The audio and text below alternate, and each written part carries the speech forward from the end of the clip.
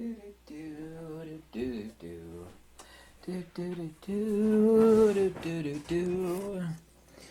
know, a piece of thread by itself is someone that sews, or a piece of leather is nothing. I've got rolls of leather over here. Leather's kind of expensive. Pretty useless, but with the right shape and the right geometry, it's a extremely valuable and useful piece of either clothing or utility or what the British would call kit, right? So, superficially and logically and accurately so, one would draw the necessary conclusion that an oxygen atom and two hydrogen atoms, specifically in a geometry of a molecule, that which we call the water molecule, is nothing. You got two explosive gases, combined to make water. Well, interestingly enough, of course, most of the human body is water. The average human body has 56 liters of water. Yeah, and I'd like to talk about some of the discoveries of a couple people that were demonized, and one of them is a Nobel laureate. That's Professor Luc Montagnier. He's the co-discoverer of the HIV virus, and the guy that preceded him, he was a very, very prestigious, well-renowned scientist, and both of these people were well-published in all the great journals of the day, Nature and whatnot.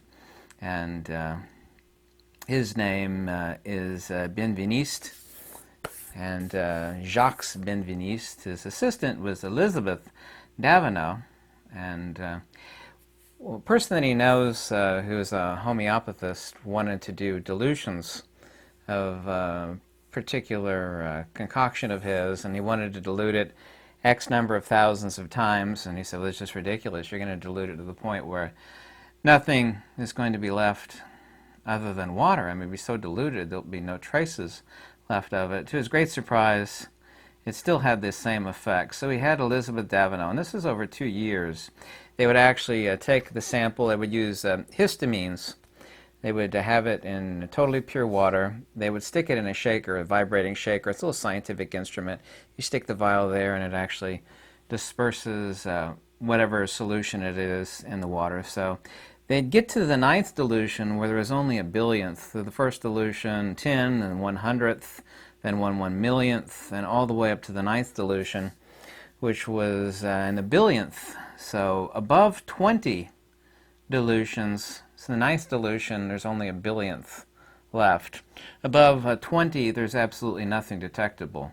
It's just the water. But they would continue to do that, and they did this for years.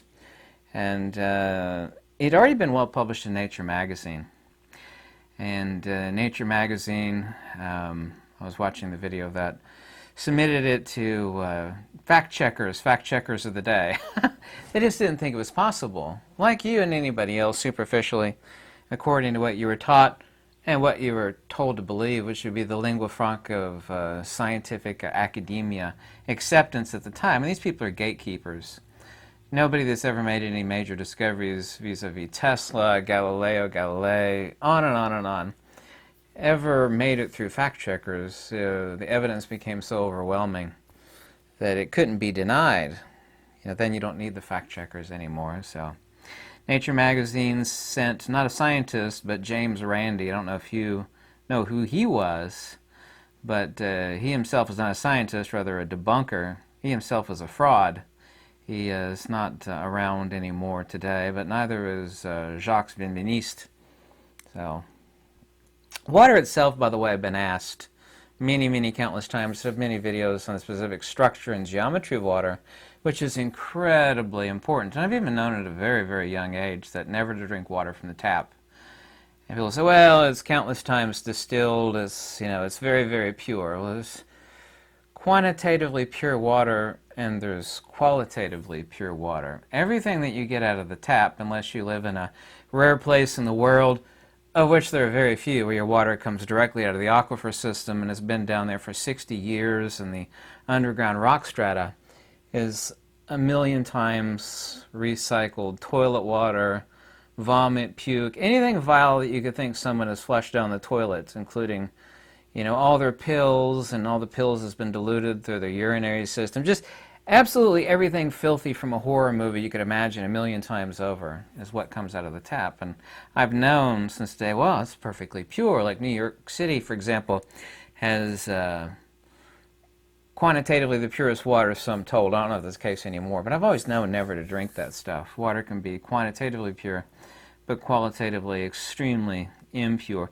And you know, by the way, everything that's happening today, people say, well, genetic inferiority, or people, you know, just what we eat and all the other things, and that is true. And of course, there's the water and the food that we eat. But I mean, the fluoride, and I'm not pointing a finger so much at fluoride, even though it certainly can be done, and many of you like to do it, that explains the insanity currently of humanity, the horrors of what humanity just, there's just, nobody has a logical mind anymore. Everybody has, you know, mental acuity of a goldfish almost, where they can't listen for more than 30 seconds without, you know, rolling their eyes off into oblivion. They have no ability to concentrate. It would actually go a lot toward explaining endless diseases and cancers and insanities and dementias that exist today in humanity. And it is a lot.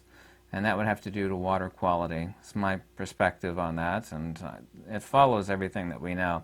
Anyway, getting back, the assistant of Jacques Benveniste was Elizabeth Davenant, his assistant. So they dilute it down to nothing. So Nature magazine sent in not a scientist, but a fraud buster who himself was a fraud, James Randi. They're intrigued by Jacques Benveniste's claims that biological interactions could be digitized, and this was actually picked up by the U.S. Defense Advanced Research Products Agency, or DARPA. How much they went to suppress this is unknown, but after Jacques Benveniste's death, all his colleagues said that he was the highest caliber, and I've seen videos of him, many videos of Jacques Benveniste, highest caliber rational scientist of pure inquiry. And Jacques Benveniste himself said that there's no way this is going to have any effect on anything. You're going to dilute this down to the point where there's nothing there but water. There'll be nothing detectable in it but water. But lo and behold, you know, the effect was still the same. Anyway, when these allergens were diluted many, many times above that of a billionth dilution, where absolutely nothing is detectable, the actual harmonic of these allergens, which is what it is, because water is an antenna, as I've said many countless times in many videos, they have an incorrect explanation, their own assumed based upon no evidence, just rather they're still existentialists and empiricists, these people, and the heirs of those who loved Jacques Benveniste and Professor Luc Montagnier. They came up with this crazy radical idea which is senseless. They called it domain coherency, or a coherent domain where water molecules would link up, and these would be the things that would actually be the receptors for receiving digital signals. I'll get to Luc Luc Montagnier here in a second, the co-discoverer, a Nobel Prize laureate, the guy who co-discovered HIV. Anyway, they, I don't know how much DARPA suppressed that, but all his colleagues after Jacques Benveniste died said that he was extremely rational. You know, his tests were done countless thousands of times over by his assistant and his team over years, and he had the evidence for it, but I don't know who put their thumb on top of Nature magazine. I don't know that, and nobody does, except for a few people who knows if they're still alive, but they worked really hard to destroy his character and impugn him as basically a quack, but he was not. He was a prestigious scientist, and he did this. He didn't think it would work at all when he was told this by a person that he knew. He wanted to do a dilution for homeopathy, so that's never going to work. It's just going to be water. Anyway, when these allergens were diluted many, many countless times above a billionth dilution, which is a billionth dilution by the ninth dilution, where you take it and you have it again, and each time you mix it in that vibratory shaker, that scientific vibratory shaker, you can see it actually vibrates vials. There's nothing left, but it still had the exact same effect. And he said, this is just impossible. The experiment was done over and over and over again. The experiments on using osmotic uptake of South Pole and North Pole exposure on seed experiments. I'd tell everybody, and I made a recent video on the On the water equality, where I use the super huge monster magnet, you don't have to use a monster magnet to create structured water. People say, how does it vary? Actually, the effect that it has on you is different, but there's empirical, and I will make videos of this. I've done it before. The osmotic uptake of the water by seeds is a whole lot faster. It works a lot quicker for uptake into the living systems and tissues.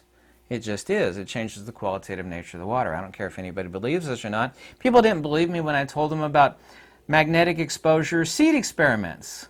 Yet already, since I've been making those videos for years, there have been many thousands and thousands of people that have duplicated that experiment. The Rawls-Davis magnetic South Pole, North Pole seed exposure experiment, and everybody's confirmed. It's like, wow, I didn't think it would work, but you seem so adamant, and you show examples of seeds, which I've done many, many videos. You could Google search it or YouTube search it. You can see that it does work. Do the experiment yourself. The best magnet to use for that, by the way, is a 2-inch by 2-inch by 1-inch neodymium, which you can get off of eBay. The price varies between like 40 to 60 bucks. Neodymium goes up and down, kind of like gold and silver. Anyway, an experiment was done by essentially the successor of Jacques Benveniste, the Nobel Prize laureate Professor Luc Montagnier.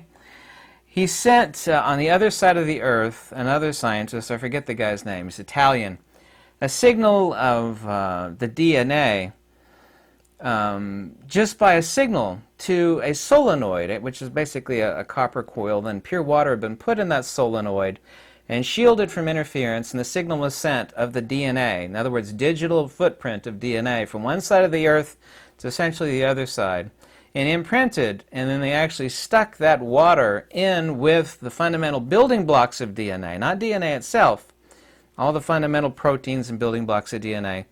They stuck that in the machine, which is able to extrapolate out, I forget what I think it's a PCR test. And it came back with something like 99% duplication of the DNA of the signal that was sent. Absolutely incredible. So we're actually talking about digital DNA being beamed to pure water on the other side of the earth through a signal to the solenoid coil. In other words, the signal was beamed from one computer to another. It was digitized. It was sent through the solenoid coil, in the center of which, and I have the video link below. I'll let you see that and watch it yourself. And the water contained the imprint of that DNA. And by adding the fundamental building blocks of DNA, not DNA itself, and exciting it, like the vibratory experiment that was done with Jacques Benveniste, of those proteins, the water reconstructed the DNA footprint that was sent from one side of the earth to the other. The Italian scientist did not think this worked. He was completely shocked, flabbergasted, as the English would say. What does the English call it? Gobsmacked.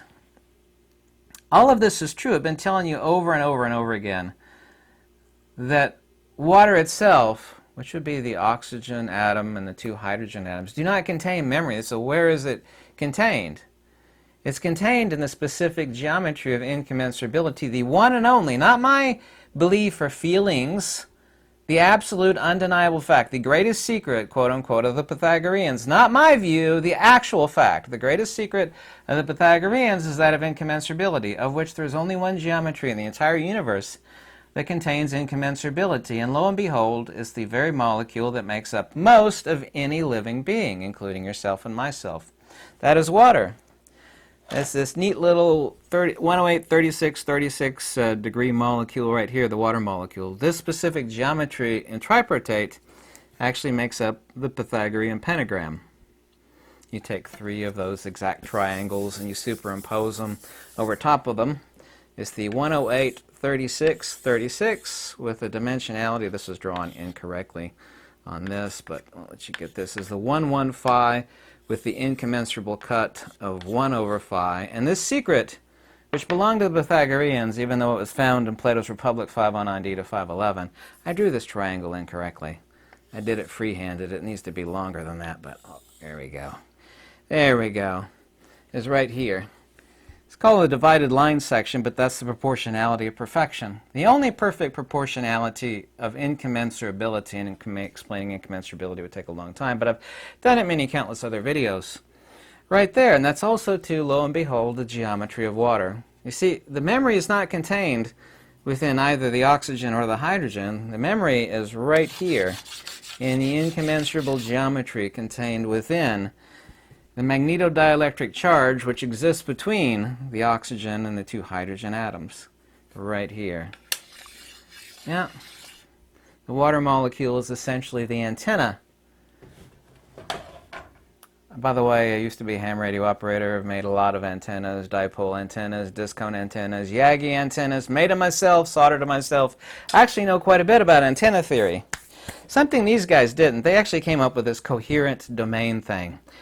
It's almost kind of the same, but they don't understand the specific geometry, which I hate to use the word magical. Because I have no connection to the New Age crystal rubbing, New Age. I have no connection to any of those people at all. So magical is incorrect, but the incommensurable geometry of perfection within which the signal is contained. These people can't figure it out. And it seems like bunk superficially to anybody with a super rational mind. In other words, an empiricist or an atomist. But it is there. Well, this is just an oxygen atom and two hydrogen atoms in the water molecule. It's ridiculous to think that there is memory. These are just three atoms that are sharing space in a specific geometry. Well, that specific geometry is the incommensurable geometry of perfection, which makes life and consciousness possible. I don't have the radio in front of me, but I can have the most expensive radio in the world. But unscrew the antenna, you got an expensive-ass radio that won't pick up nothing or transmit nothing. Analogously, the antenna. You see, there's no memory in the antenna of a radio either. That antenna is, by the way, like a quarter wavelength, 5/8 wavelength, half wavelength, full wavelength, for example, antenna, is the geometry for the reception of a modulation or a signal. Yeah? There is no radio signal, Michael Jackson or whatever sort of music it is in that antenna, right? So any sort of ignorant scientist, it's ridiculous. I think there's memory in water, because this is where Jacques Benveniste came up and coined the term water memory. So it is superficially accurate to say there is no memory. Oh, it's ridiculous, it's just oxygen and hydrogen. Well, you are correct, and there ain't no signal of the blues or rap or jazz in the antenna of any radio. Nearly a perfect analogy, not a totally perfect analogy. You see, folks, this neat little thing that makes up most of you and me and all life on Earth and is the basis of Pythagorean incommensurability vis-a-vis and triplicate. This exact same geometry right there in the Pythagorean pentagram. This is what they called Yulgatha. It's the same letters I've got tattooed on my knuckles right there, Yulgatha. Superficially meaning harmony, but it means incommensurability of perfect harmony, which is nothing other than a fancy ancient way of saying the antenna for the manifestation of consciousness, life, and memory.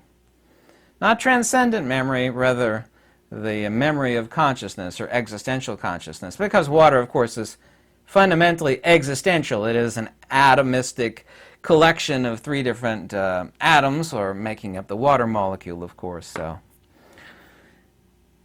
the implications of this, and I'm not saying these words were said by Jacques Benveniste and Professor Luc Montagnier. Both of these guys are dead now. Both of these guys were ridiculed as like wackadoodles, even though before going so deeply into water memory, they were praised as some of the most brilliant scientists out there. Well-published, well-regarded, co-discoverer of the HIV, Nobel Prize laureate. Oh, but now all of a sudden they're wackadoodles for talking about water memory. Anyway, yeah, he sent it to the water, pure water, and they stuck it inside of a solenoid, so the signal was sent from one side of the Earth to the other, and by adding the fundamental building blocks of DNA, they were able to duplicate the DNA signal that was sent from one side of the Earth to the other, digital signal. The implication of this is that we would be able to treat patients with frequencies and signals regarding water. There is no signal or memory in water, as meant that particular three-atom molecule. It is the geometry of, because I can have a roll of copper wire. I got copper wire all over this damn house. It's not going to receive anything until, I don't know if you know anything about antennas. or antenna theory, but until I make a shape out of it, like a discone antenna, a Yagi antenna, go look up what a Yagi antenna is, Y-A-G-I. A shape of a Yagi antenna, a discone antenna, a dipole antenna. By the way, water is a dipole antenna-shaped molecule. Until I shape that copper to a certain length and a certain geometry, it ain't going to receive nothing. Not HF, UHF, VHF, nothing. There is no memory in water. Am I refuting what these guys said? No. When they're talking about water memory, what they're talking about, and the point that you don't get, and the people that were detracting these people, trying to debunk them, and this is the important point, nobody said in any video on Earth or in any paper but me, is it's right here. It's not actually in any of those three atoms. That specific geometry and that particular molecule, which is perfect geometric incommensurability, 100%, the only geometry in the entire universe that has perfect incommensurability. That is why it is the secret of the divided line found in Plato's Republic 509d to 511. I've written papers about this. You can read about it, and the link is below in the descriptions, talking about the secret of water, which I've copyrighted and published years ago, made countless videos on this. But they actually came up with this idea of a lot of different water molecules working together. Like, well, where's the memory at? They just didn't get it. You know, they got all their science correct, and it's like, you know, this is amazing. We've duplicated the experiment over and over again. Water memory. But how is the memory getting there? So they came up with this idea of domain coherency, where a lot of different water molecules were working together to capture the signal. I get how they could come up with, like, that's the best idea they can come up with, but they have... When you actually combine somebody that knows a whole lot about ancient lost metaphysics and what they actually discover, it's like, oh, now it is all simple and divine. Anyway, the implications of this, we're able to treat people with frequencies and signals of water, qualitative nature of structured water.